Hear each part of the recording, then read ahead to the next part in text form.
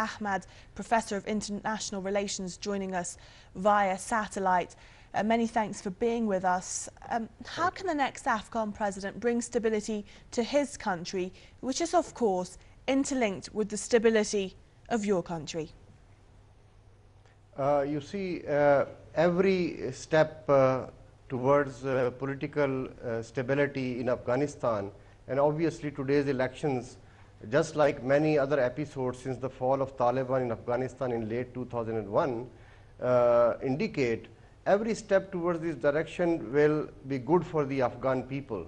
And that is why, whether it is Iran, Pakistan, or the three Central Asian states bordering Afghanistan, we are equally excited that despite the threats made by Taliban and other insurgent forces, the level of violence has not been as much as we were expecting so far. And there are candidates.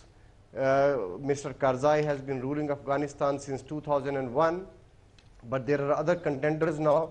So perhaps political process is moving forward, and today's elections will be another addition to this happy direction in Afghanistan's destiny. Which candidate is most aligned to Pakistan's interests?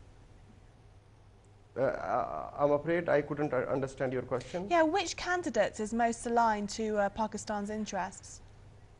Well, if you ask me, if you had asked me this question a couple of years ago, there were real tensions between the leadership of Pakistan and the leadership of Afghanistan. In the last months or a year or so, President Musharraf in Pakistan and President Karzai in Afghanistan couldn't get along. There were visible tensions. But ever since the new leadership has come into power in Pakistan in early last year, there is some kind of a close rapport has been built between the two leaderships.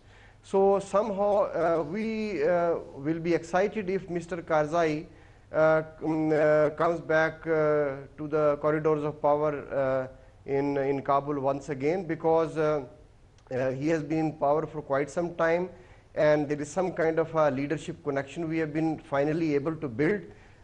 If in his place, if Dr. Abdullah or Mr. Ashraf Ghani, the other two main contenders in this presidential election race, comes to power, there will be some time before we could again establish the same kind of relationship that we have with Karzai right now. And of course, Afghanistan, Pakistan, alongside the United States and NATO, in battle now with militants on both sides of the border. Do you think if the current US strategy continues and we continue to witness the ongoing counterattacks by the Taliban, where do you think Afghanistan and Pakistan are heading? Well, we've seen that your country has been the scene of fighting between government forces and pro-Taliban militia in the Swat Valley. Where do you think that would lead, and on the whole scale of things?